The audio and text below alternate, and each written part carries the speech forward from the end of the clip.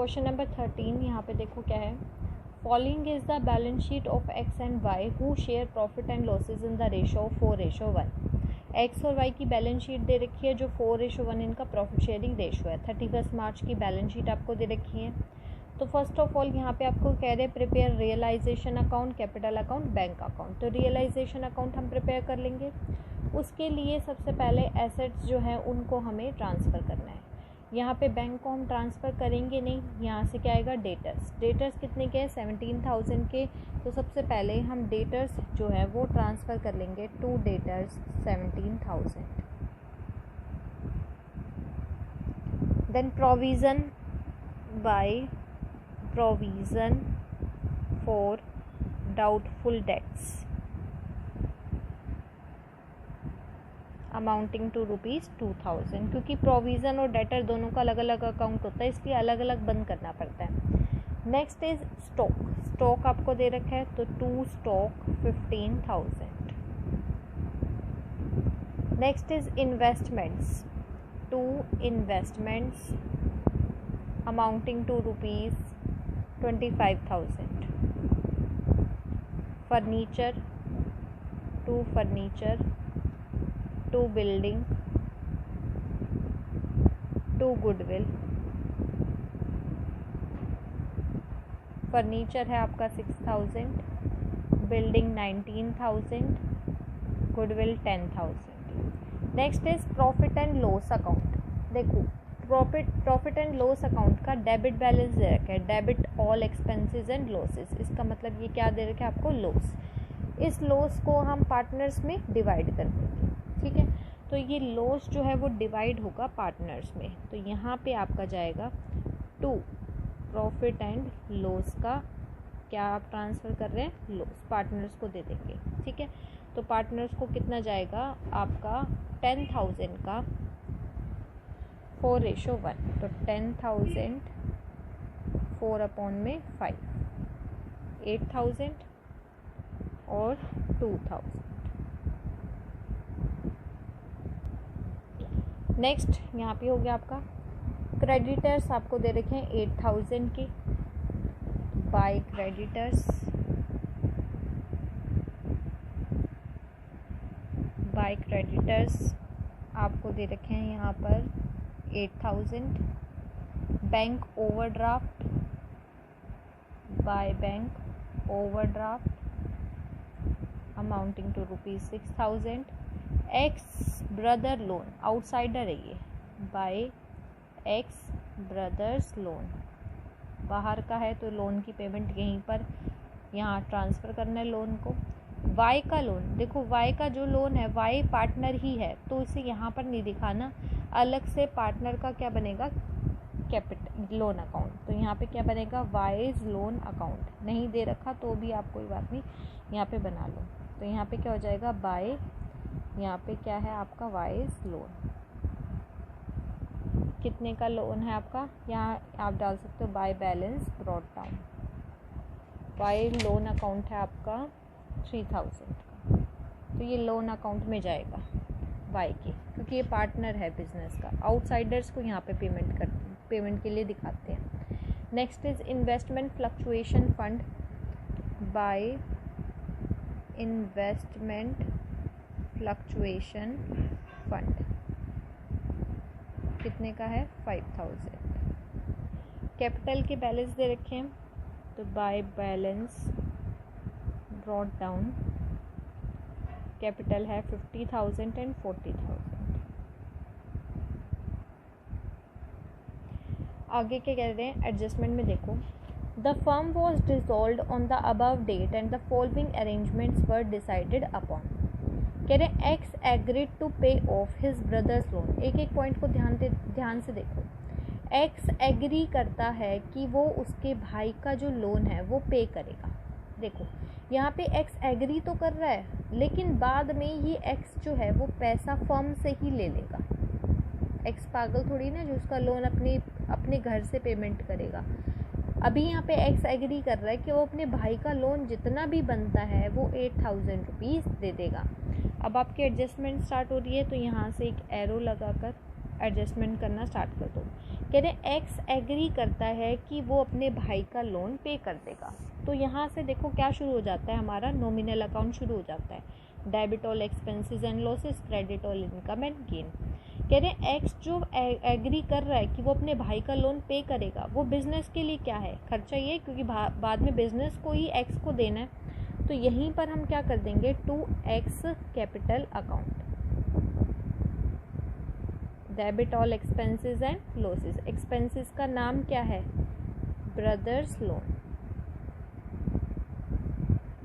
और एक्स के अकाउंट को हम यहाँ पे दिखा रहे हैं, और ये इसके अमाउंट में, इसके अकाउंट में क्या आ रहे हैं, पैसे आ रहे हैं। इसकी एंट्री है क्या, realisation account debited to X capital, और एक्स के कैपिटल अकाउंट में पैसे किस लिए डलवा रहे हैं, क्योंकि 8,000 रुपीज़ जो एक्स दे रहा है वो बिज़नेस को ही बाद में उसे देने हैं, इसलिए उसको क्रेडिट कर रहे हैं।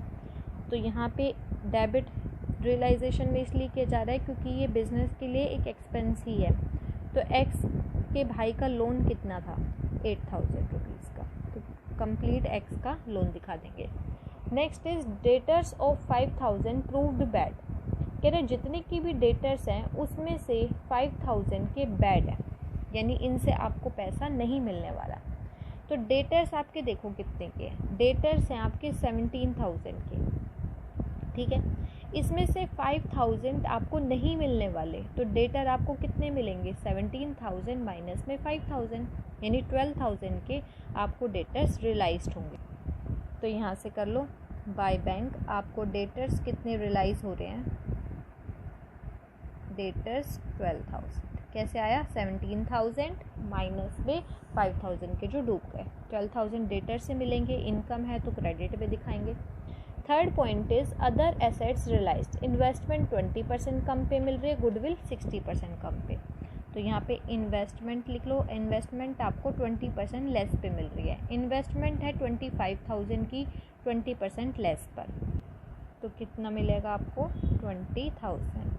नेक्स्ट इज गुडविल 60% कम पे मिल रही है, तो गुडविल है आपकी 10,000 की, और आपको ये 20% 60% कम गुडविल आपको रियलाइज होएगी 6,000 की। नेक्स्ट क्या कह रहे हैं, नेक्स्ट कह रहे हैं one of the creditors of ₹5,000 was paid only 3,000। कह रहे हैं वन ऑफ द क्रेडिटर, एक क्रेडिटर है 5,000 का, उसे हम खाली 3,000 पे कर रहे हैं। तो सबसे पहले देखो यहाँ पे क्रेडिटर्स को डिवाइड करो, आपके क्रेडिटर्स दे कितने के रखे हैं, आपको क्रेडिटर्स दे रखे हैं 8,000 के। अब इस 8,000 को 2 पार्ट में डिवाइड करो। कह रहे हैं एक जो हमारा क्रेडिटर है 5,000 का, हो गया 5,000 का, ये तो हमारा पहला क्रेडिटर है, फर्स्ट क्रेडिटर। तो दूसरा क्रेडिटर कितने का होगा, 8,000 टोटल है, 5,000 एक है, तो 3,000 दूसरा क्रेडिटर होगा। कह रहे इसमें से जो 5,000 वाला क्रेडिटर है उससे सिर्फ 3,000 ही आपको क्या करने हैं, पेमेंट करनी है, ठीक है। इसको हम 3,000 ही देंगे। देखो 3,000 तो ये देंगे और 3,000 तो ये देना है, टोटल कितना हो गया 6,000। तो क्रेडिटर्स की पेमेंट आपको कितनी करनी है, 6,000 रुपीज़। तो यहाँ पे आपका क्या हो जाएगा, टू बैंक कितने की पेमेंट कर रहे हो क्रेडिटर्स को, 6,000, समझ गए। 3,000 तो एक है और 3,000 एक है। और यहाँ पे आपको दे रखा है next point, building were auction for ₹30,000। Auction मतलब हम बोली लगाते हैं उसकी, उसमें हमने 30,000 रुपीज़ कन्वर्ट कर लिया उसे, और ऑक्शनर की कमीशन 1,000 है। तो एक्चुअल में बिल्डिंग देखो आपको मिली कितने की होगी, 30,000 माइनस में 1,000, 29,000 रुपीज़ रियलाइज होंगे बिल्डिंग से। तो बिल्डिंग से आपको कितना अमाउंट रियलाइज हो रहा है, 29,000। Next point is, next point को बिल्कुल ध्यान से देखो, part of stock ₹4,000 being 20% than the book value. कह रहे हैं जो वाई है, Y took over part of stock, ₹4,000 का स्टॉक ले लिया जो कि 20% बुक वैल्यू से कम है। तो ये क्या होगा, which is 80% of book value. कह रहे 20% कम है तो मतलब 80% होगा। तो यानी जो भी बुक वैल्यू है उसका 80% क्या है, ये आपको अमाउंट दे रखे 4000। ठीक है, अब हम यहाँ से मान के चलते हैं, इफ़ अगर आप 80% ले रहे हो बुक वैल्यू का, अगर if stock is taken at ₹80, अगर आप स्टॉक को 80 में ले रहे हो देन द बुक वैल्यू, तो बुक वैल्यू कितनी है, तो बुक वैल्यू है 100। मान लिया कि 100 है। कह रहे हैं आप 80% बुक वैल्यू का लेते हो, वही स्टॉक को अगर आप 80 में लेते हो तो बुक वैल्यू कितनी है 100। अब नेक्स्ट क्या होगा, if stock is taken at ₹, अगर आप स्टॉक को कितना ले रहे हो 4000, तो यही तो निकालना है 4000 पे बुक वैल्यू है कितनी, देन द बुक वैल्यू, तो बुक वैल्यू निकाल लो। कैसे आएगा, यहाँ पे ₹1 100 अपॉन में 80, तो क्या हो जाएगा 100 अपॉन में 80 मल्टीप्लाइड बाय 4000। 10 से 10 कट, 4 1 जा 4, 4 2 जा 2 5, यानी कि 5000 रुपीज़। यानी कि जो आपने 4000 के स्टॉक लिए, इनकी बुक वैल्यू कितनी थी 5000 की।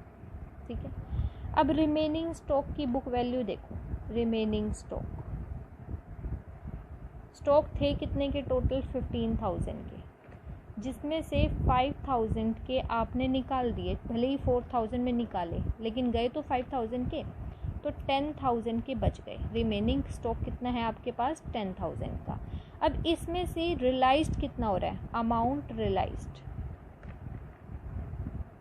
इसमें से 10000 का 50% ही रियलाइज्ड हो पा रहा है, यानी आधा 10000 का आधा क्या होता है 5000 रुपीज़ ही आपको रियलाइज्ड हो रहे हैं। तो आपके पास स्टॉक का अमाउंट कितना आएगा 5000 रुपीज़। समझ गए स्टॉक का 5000 कैसे आया। फिर से देख लो, आपके जो स्टॉक हैं वो कितने के भी थे, आपको बुक वैल्यू नहीं पता थी, आपको बुक वैल्यू का नहीं पता था, लेकिन आपने जितने की भी थे वो स्टॉक आपने 4000 के दे दिए। मान लो x थी बुक वैल्यू, तो आपने वो 4000 के दे दिए। ठीक है, तो आपने क्या करा, बचे हुए जो थे रिमेनिंग बचे हुए जो थे उन्हें आपने कितने 50% अमाउंट रियलाइज्ड हुआ। अब जब आपको यही नहीं पता कि पहले कितने जा चुके, तो आप कैसे निकालोगे, तो सबसे पहले कितने जा चुके, बुक वैल्यू कितनी थी वो निकालेंगे। तो अगर हम कह रहे हैं कि 80% ही बुक वैल्यू का है, तो अगर स्टॉक 80 के हैं तो उनकी बुक वैल्यू कितनी होगी 100। अगर स्टॉक 4000 के हैं तो बुक वैल्यू निकालनी है। ठीक है, तो यहाँ से बुक वैल्यू आपकी कितनी आ जाएगी 5000, बचे हुए अपने आप ही आ जाएंगे 10000 के, और उसका 50% 5000 रुपीज़ रियलाइज्ड हो रहे हैं। ये आपका अमाउंट आ गया यहाँ से। Next is realisation expenses amounting to ₹2000। यहाँ आपको एक्सपेंसेस दे रखे हैं कितने के 2000। एडजस्टमेंट तो कंप्लीट हो गई। अब हमें क्रेडिटर्स को एक बार ध्यान में देना है कि हमारे जो लायबिलिटी है वो पेमेंट, देखो ये तो पेमेंट नहीं करनी होती। क्रेडिटर्स और बैंक ओवरड्राफ्ट, इनकी पेमेंट देखो, क्रेडिटर्स और बैंक ओवरड्राफ्ट के बारे में भी हो चुका था ना क्रेडिटर्स, बैंक ओवरड्राफ्ट के बारे में नहीं हुआ, तो यहाँ से बैंक ओवरड्राफ्ट की पेमेंट और कर देंगे। क्रेडिटर्स के बारे में तो हो ही गया था कि 3000 6000 के पे करे थे, बैंक ओवरड्राफ्ट आपका 6000 का। एक्स के ब्रदर के लोन के बारे में भी हो चुका है क्योंकि एक्स ने ही पे किया था। बस यहाँ पे ये तो है नहीं, तो आपने यहाँ से जितनी भी आपने पेमेंट करनी है वो भी कर दी। अब यहाँ से टोटल कर हम क्या निकाल लेंगे, लॉस या प्रॉफिट। तो आप देखेंगे आपका लॉस निकल कर आएगा, बाय लॉस ट्रांसफर टू, किस किस को ट्रांसफ़र करेंगे, एक्स को और वाई को। तो 7200 और 1800 का ये लॉस आएगा, यानी 9000 का टोटल लॉस। ये लॉस जो है आ गया आपका। अब ये एडजस्टमेंट के बाद से देखते हैं कहाँ कहाँ ट्रांसफ़र करना है। एक्स कैपिटल अकाउंट यहाँ पर हो रहा है डेबिट, तो एक्स कैपिटल अकाउंट कहाँ है, ये रहा, इसके क्रेडिट में चला जाएगा 8,000 रुपीज़। कहाँ से आया, बाय रियलाइजेशन, लिख सकते हो ब्रदर्स लोन। नेक्स्ट है बैंक। बैंक में से ये अमाउंट जा रहा है आपका 6,000, 6,000, 2,000 यानी 14,000 रुपीज़ बैंक में से। ठीक है, तो ये बैंक में से आप 14,000, पहले बैंक का बैलेंस लिख लो, to balance brought down. Bank balance आपको कितना दे रखा है, बैंक बैलेंस आपको दे रखा है 20,000 का। तो सबसे पहले यहाँ पर हम क्या करेंगे, जो बैंक है इसमें से हम क्या करेंगे, जो 14,000 है उसकी पेमेंट दिखा देंगे। ठीक है, और ये आ कहाँ से रहा है, आपके रियलाइजेशन से, तो यहाँ लिख देंगे रियलाइजेशन, बाय रियलाइजेशन अकाउंट। और ये है क्या, पेमेंट ऑफ लाइबिलिटीज़ और एक्सपेंसेस है, कितने के, 14,000 के। इस साइड का हो गया। अब इधर का देखो, यहाँ से एडजस्टमेंट यहाँ से स्टार्ट हुई थी। बैंक में हम पैसे डलवा रहे इतने, तो इन सब का टोटल 12,000, 20,000, 6,000, 29,000 और 5,000, टोटल होगा 72,000 रुपीज़। ये बैंक में हम डलवा देंगे। और ये कहाँ से आ रहा है, टू रियलाइजेशन अकाउंट। ये क्या है, एसेट्स रियलाइज्ड, कितना आ रहा है आपका, 72,000।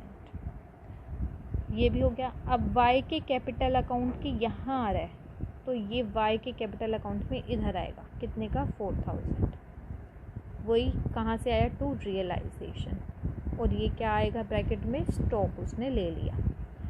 फिर है ये लॉस को ट्रांसफ़र करना है, ये भी कैपिटल अकाउंट में ट्रांसफ़र होगा, लॉस टू रियलाइजेशन। और ये क्या ट्रांसफ़र कर रहे हैं आप, लॉस 7,200 और 1,800, रियलाइजेशन हो गया आपका। तो अभी कैपिटल अकाउंट को यहाँ पर बंद नहीं कर सकते। अब देखो, बैंक अकाउंट आप बना रहे हो, बैंक अकाउंट में आपने 14,000 एक ये दिखा दिए। ठीक है, अब ये लोन अकाउंट है, इसको भी बंद करो। तो इस लोन अकाउंट की पेमेंट कहाँ से होगी, बैंक से। वाई जो था हमारा पार्टनर था, इसके 3,000 रुपीज़ देने हैं, तो ये कहाँ से जाएंगे, बैंक में से। फिर देखो, बैंक में से 3,000 रुपीज़ आपको निकालने हैं, तो यहाँ से आपके 3,000 रुपीज़ चले जाएंगे, किस नाम से जाएंगे, लोन अकाउंट के नाम से, by Y's loan account. 3,000 rupees यहाँ से गए। ठीक है, यहाँ से ये हो गया। और देखो, अब कैपिटल अकाउंट का टोटल कर लो, 50,008 कितना हुआ, 58,000। यहाँ पे भी 40,000 का अमाउंट ज़्यादा आएगा, तो बाकी बचा हुआ यहाँ पर निकाल लो। ये आपका आएगा 48,800, 32,200। तो ये पेमेंट हम कहाँ से करेंगे, बैंक में से। फाइनल पेमेंट ये हमने निकाल लिया, एक्स और वाई को पेमेंट करनी कितनी है, इतनी पेमेंट करनी है। तो इतना अमाउंट बैंक में से निकाल लेंगे बाय एक्स कैपिटल अकाउंट, और किसको दे रहे हैं, वाई को दे रहे हैं। कितना, 42,800, 32,200। तो यहाँ से आपका बैंक अकाउंट भी फिनिश हो गया। ये आपका आ जाएगा 92,000। इक्वल नहीं आता तो इसका मतलब आपने कुछ ना कुछ गलती करी है। दोनों बैंक अकाउंट यहाँ से इक्वल आना चाहिए कि बैंक में जितना था आपने वो सारा कर दिया।